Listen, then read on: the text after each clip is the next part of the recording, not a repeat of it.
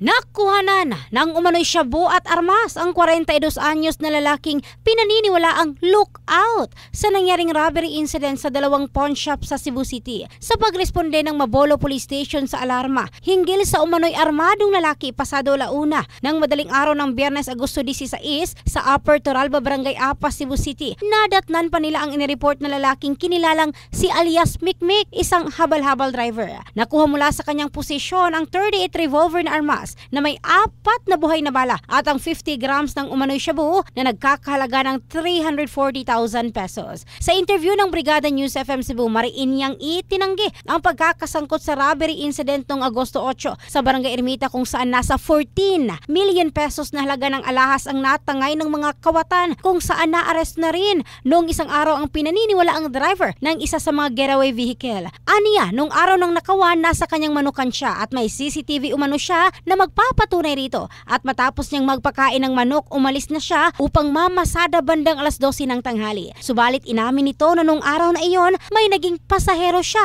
na nagpahatid sa isang motel sa lungsod ng Talisay, kung saan isa ito sa mga pinuntahan ng sasakyang lulan ng iilan sa mga tulisan. In the heart of changing lives, ito si Michelle Craste ng Brigada News Philippines, the Music and News Authority.